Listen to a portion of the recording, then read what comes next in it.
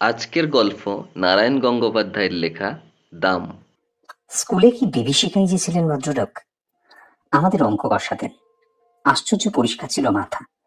যেসব জটিল অঙ্ক নিয়ে আমরা ঘন্টার পর ঘন্টা পরিশ্রম করেছি, একবার মাত্র তাকিয়ে দেখতেন তার দিকে, তারপরে এগিয়ে যেতেন ব্ল্যাকবোর্ডে।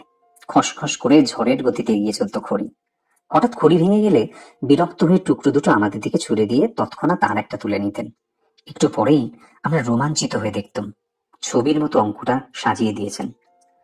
পৃথিবীতে যত অঙ্ক ছিল সব যেন ওর মুখস্থ, কিংবা মুখস্থ বললেও ঠিক হয় না, মনে হতো আমাদের অদৃশ্য অক্ষরে বোর্ডে আগে থেকেই কষা রয়েছে, অথচ উনি দেখতে পাচ্ছেন ঠিক, আর সঙ্গে সঙ্গে তার উপর খড়ি বুলিয়ে চলেছেন। অঙ্কে যাতে 100-র মধ্যে 100 পায়, ওর ভয়ে তারাই তটস্থ হয়ে থাকতো। আর আমাদের মতো যেসব অঙ্ক বিশারদদের টেনে টুনে কুড়িয়ে উঠতে চাইতো না, তাদের অবস্থা সহজে কল্পনা করা যেতে পারে।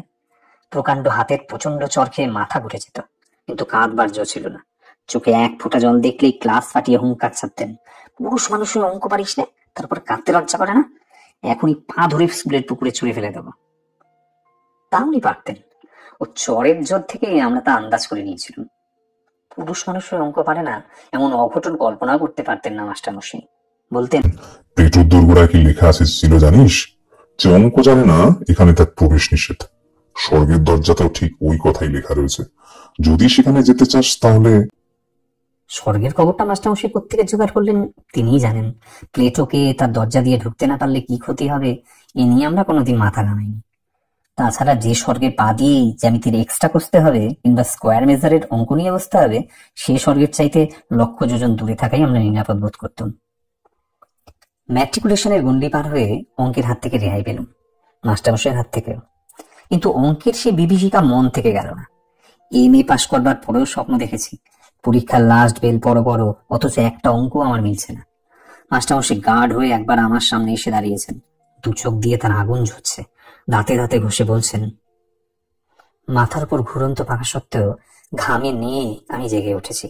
মৃদু নীল আলোয় দেখছি চেনা ঘরটাকে। চোখে পড়েছে সামনে আমার পড়ার টেবিল, আমার বইপত্রের স্তূপ। গভীর তৃপ্তির সঙ্গে ভেবেছি এখন আর আমাকে স্কুলে অঙ্ক কষতে হয় না, আমি কলেজে বাংলা পড়াই। একদিন একটা পত্রিকার পক্ষ থেকে ফরমাশ এলো, আমার ছেলেবেলার গল্প শোনাতে হবে। আমি জানালুম লেখক হিসাবে আমি নিতান্ত সামান্য ব্যক্তি, আমার ছেলেবেলার গল্পে কারো কোনো কৌতূহল নেই।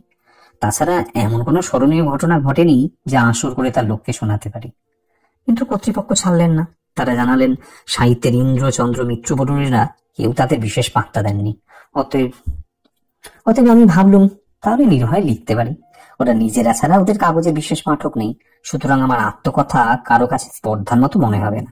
কয়েকটা ঘরোয়া মানুষের কাছে ঘরোয়া গল্প বলবো, ওটা প্রীতির ব্যাপার, পদমর্যাদার নয়।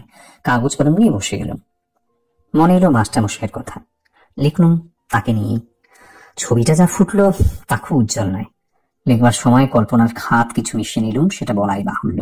সেই সঙ্গে সদুপদেশও একটু বর্ষণ করেছিলাম। মূল কথাটা এই ছিল, অহেতুক তাড়না করে কাউকে শিক্ষা দেওয়া যায় না। গাধা পিটিয়ে ঘোড়া করতে গেলে গাধাটাই পঞ্চত্ব পায়, তার প্রমাণ আমি নিজেই। মাস্টারমশাই আমাকে এত প্রহার করেও অঙ্ক শেখাতে পারেননি, বরং যা শিখেছিলাম তাও ভুলেছি। এখন 2 আর 2 4 না 5 হয়, তাই নিজের মধ্যে সন্দেহ জাগে। পত্রিকার কর্তৃপক্ষ খুশি হয়ে আমাকে 10 টাকা দক্ষিণা দিয়ে গেছেন। মাস্টারমশাইয়ের কাছ থেকে এইটুকুই আমার নগদ লাভ। তারপরে আরো অনেকদিন পার হয়ে গেল, সে লেখার কথা ভুলে গেলাম মাস্টারমশাইকেও। বয়স বেড়েছে, বিনিদ্র রাত্রি যাপনের মতো অনেক সমস্যা এসে দেখা দিয়েছে জীবনে। বর্তমানে দাড়িটা এত বেশি জোরালো যে স্মৃতির দিকে তাকাবার অবসর পর্যন্ত মেলে না। এমনি সময় বাংলাদেশের এক প্রান্তের একটা কলেজ থেকে ডাক এলো, ওদের বার্ষিক উৎসব। ওতে আতিথ্য নিয়ে যেতে হবে সেখানে এবং বক্তৃতা দিতে হবে। এইসব উপলক্ষে বিনা পয়সায় বেড়ানো যায়। তাছাড়া কলকাতা থেকে কেউ বাইরে এলেই তার রাজোচিত সম্বর্ধনা মেলে। এখানকার চড়ুই পাখিও সেখানে রাজহংসের সম্মান পায়। কলকাতা থেকে দূরত্বটা যত বেশি হয়, আমাদের মতো নগণ্যের পক্ষে ততই সুখাবহ। আমি সুযোগটা ছাড়তে পারলাম না। গিয়ে পৌঁছতে চা খাবার আতিথেয়তার উচ্ছ্বাস। ছেলেরা তো এলেই 2-4 জন সম্ভ্রান্ত লোক এসেও বিনীতভাবে আলাপ করে গেলেন। এমনকি খান কয়েক অটোগ্রাফের খাতা পর্যন্ত এগিয়ে এলো। রোমাঞ্চিত কলেবরে আমি স্বাক্ষরের সঙ্গে সঙ্গে বাণী বিতরণ করতে লাগলাম। ব্যক্তি হিসাবে আমি যে এত মূল্যবান, এর আগে কে ভেবেছিল সে কথা। সবাই জাকিয়ে বক্তৃতা করা গেল।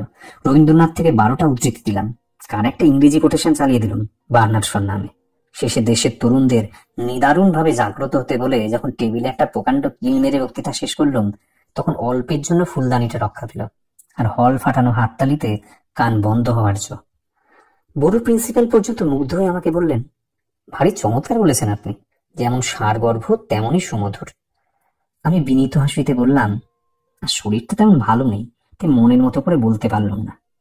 পাশে দাঁড়িয়ে থাকা ছেলেরা বিস্ময়ে চোখ কপালে তুলল। শরীর ভালো নেই তাতে এরকম বললেন স্যার? শরীর ভালো থাকলে তো অর্থাৎ প্রলয় হয়েছে তো। আমি উদার হাসি হাসলুম, যদিও মনে মনে জানি এই একটি সর্বার্থ সার্থক বক্তৃতাই আমার সম্বল। রবীন্দ্র জন্মোৎসব থেকে বন মহোৎসব পর্যন্ত এটাকেই এদিক ওদিক করে চালিয়ে দিই।